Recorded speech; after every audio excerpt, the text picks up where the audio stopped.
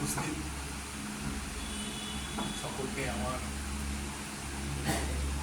বড়দের প্রণাম এবং ছোটদের ভালোবাসা জানাই। নারায়ণ দত্ত আমি প্রথম পরিচয় হয় হৃদয় কলি সাহিত্য পত্রিকা। আমি ভাস্কর শর্মা, ফালাকাটা থেকে আমরা ফুলবাড়ির উদ্দেশ্যে রওনা হয়েছিলাম সম্ভবত 2018 সালে। কাকু গাড়ি কিনেছে, কাকু গাড়ি নিয়ে গেছে ওখানে, আমি ছিলাম, কাকু ছিল, এবং ইসলামপুর থেকে এসেছিল এক বিখ্যাত কবি, এই মুহূর্তে নাম মনে নেই, তিনি মধ্যবর্তী সাহিত্য পত্রিকা চালান, নাম ভুলে গেছে এই মুহূর্তে মনে নেই। তো কাকুর সাথে সেই প্রথম পরিচয় হৃদয় কলি সাহিত্য পত্রিকাতে। আমি বেশিরভাগই বাইরে থাকতাম, আমি গ্র্যাজুয়েশন কমপ্লিট করে দীর্ঘ 16 বছর বাইরে ছিলাম।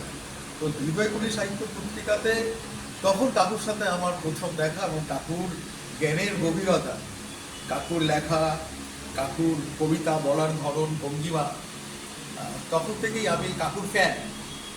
তারপরে কাকুর বাড়ির সামনে আমার এক ভাই রয়েছে, মাইতি, অর্ণব মাইতি। অর্ণবদের বাড়িতে আমার নিয়মিত যাতায়াত, সেই মাধ্যমে কাকুর বাড়িতেও আমি কয়েকবার গেছি এবং কাকুকে বলেছি, কাকু কবিতা লিখতে গেলে কী করে কবিতা লিখতে হয়, আমি তো কবিতা লিখতে জানি না কাকু। তো কাকুর কাছে আমি কয়েকটা কবিতা লিখে কাকুকে দেখাই অর্ণবের মাধ্যমে। কাকুর বাড়ির সামনের বাড়ি অর্ণব, কাকুর কাছে নিয়ে যায়, কাকুর সাথে কথা হয়। প্রথম হৃদয় কলি সাহিত্য পত্রিকা গোষ্ঠী, তারপরেই সেকেন্ড কাট্টু কাকুর বাড়ি। কারণ নাটকের লোক কাট্টু ভালো বুঝবে, শর্ট ভালো বুঝবে। আমি নাটকের লোক নই, কিন্তু কাকুর থেকে যেটা শিখেছি আমি, কাকুর বাড়িতে গেলাম, কবিতার পাণ্ডুলিপি নিয়ে আমাকে কালেকশন করে দিল, কীভাবে কবিতা লিখতে হয়, কীভাবে কবিতা বলতে হয়, এই শেখা শুরু আমার।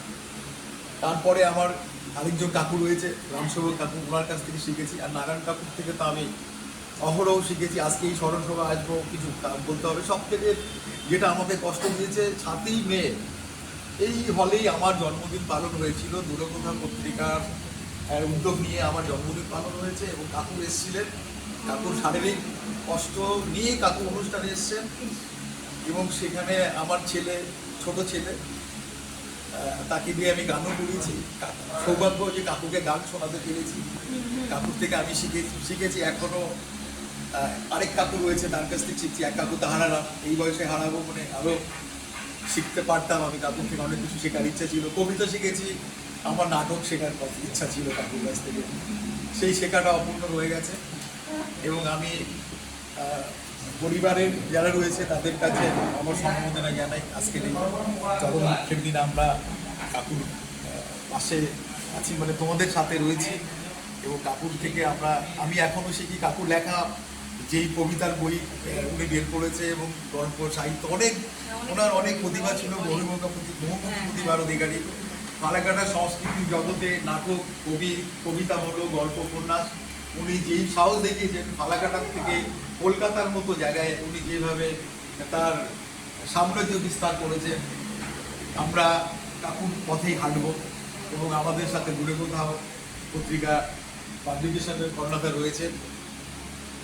কাকুর পথ ধরে, কাকুর আশীর্বাদ যদি থাকে, আমি চাই কাকু আমাদের সাথেই রয়েছে। তুমি যেটা, বিনীতা যেটা বললো, সবাই অনেক কথা বলেছে, আমি এত কথা গুছিয়ে বলতে পারি না, কারণ আমি কবি বা কবিতার বা সাহিত্যের লোক নই, সুন্দর করে বলতে পারি না। যাই হোক, আমি আমার অন্তঃস্থল থেকে কাকুর পরিবারকে আমি আমার থেকে আরেকবার শ্রদ্ধা জ্ঞাপন করছি।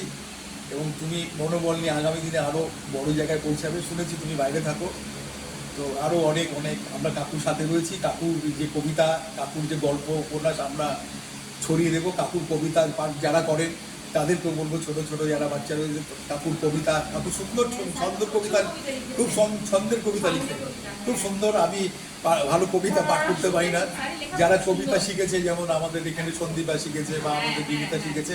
এবং আমি চাইবো আগামী দিনে বিনীতার স্টুডেন্ট যারা আছে বা সন্দীপার স্টুডেন্ট যারা আছে, কাকুর যে কবিতাগুলো আবৃত্তির মাধ্যমে সমাজে ছড়িয়ে যাবে, সেই আশা রাখছি। এবং আমি এখানে আমার বক্তব্য শেষ করছি এবং আমি কাকুর আত্মার প্রতি আরেকবার বিনম্র শ্রদ্ধা জ্ঞাপন করছি।